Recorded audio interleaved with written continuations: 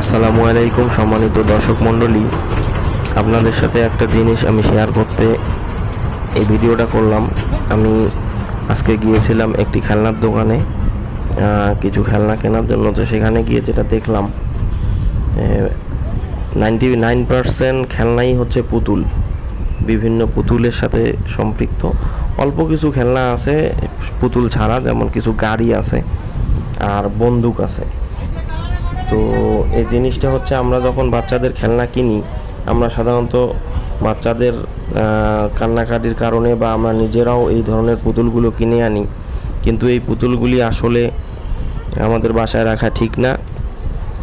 এই জিনিসটা আপনারা সতর্কতার সহিত একটু লক্ষ্য করবেন। এবং আমি দেখেছি অনেক মানুষ এই পুতুলগুলি, বিশেষ করে মহিলারা ছোট বাচ্চা নিয়ে এই পুতুলগুলি কিনতেছে।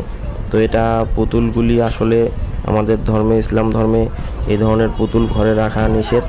এবং বাচ্চাদের খেলনার জন্য আপনারা চেষ্টা করবেন এই ধরনের পুতুল না কিনে অন্য যে খেলনা আইটেমগুলি আছে, যেমন কি যে গাড়ি বা বল বা এই ধরনের কিছু অন্যান্য খেলনাগুলি কেনার চেষ্টা করবেন। এবং ছোট বাচ্চাকে আপনারা যেটা শেখাবেন ওরা সেটাই শিখবে। তো ধন্যবাদ সবাইকে। আসসালামু আলাইকুম।